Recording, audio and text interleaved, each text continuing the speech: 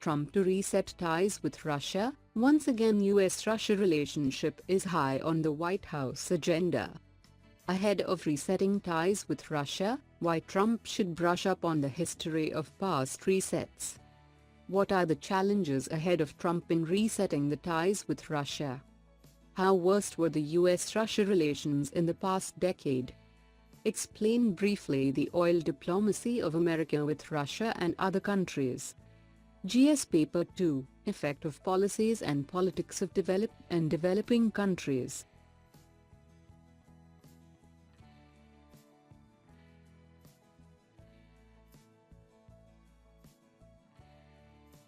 What is the context about? Using energy as a tool of US foreign policy, Trump is pondering another possible reset in relations with Russia. This will be the fourth such attempt at a relationship reboot with Moscow, since the disintegration of the Soviet Union began in 1989. And each time, in 1993, 2002 and 2009, renewed investment by the US oil and gas industry played a role in trying to improve ties. And each effort failed for a variety of reasons. Now once again US-Russia relationship is high on the White House agenda, despite Russian overtures and intensive attention to the ins and outs of Russian hacking. Ahead of resetting ties with Russia, why Trump should brush up on the history of past resets.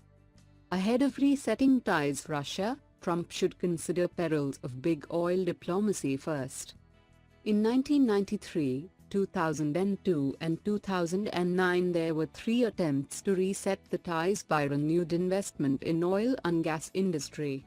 And each effort failed for a variety of reasons. In all three efforts, American diplomats and oil executives alike focused on discussions about long-term win-wins, while the Russians' goals were more limited and short-term.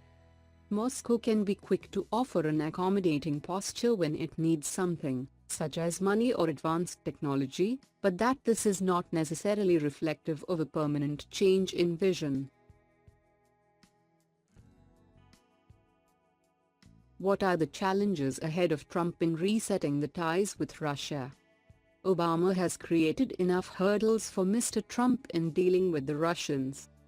Russian foreign policy is historically shaped by its deep insecurity.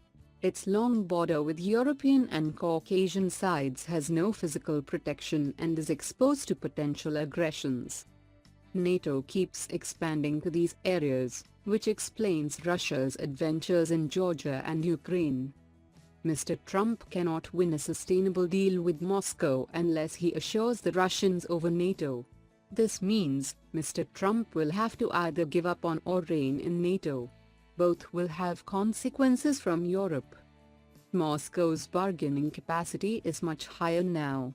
It will demand greater compromises from the US for a potential détente.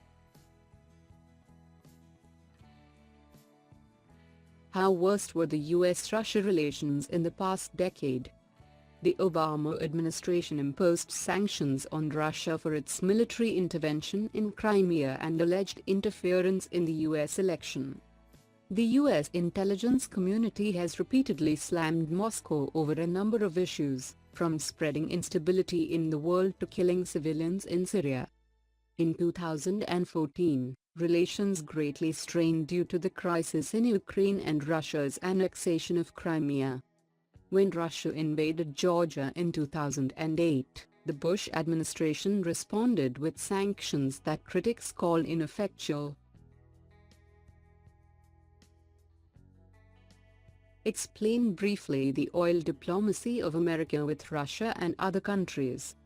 For decades, the United States has sponsored trade missions that use oil and gas investment as a way to persuade other countries to adhere to American interests.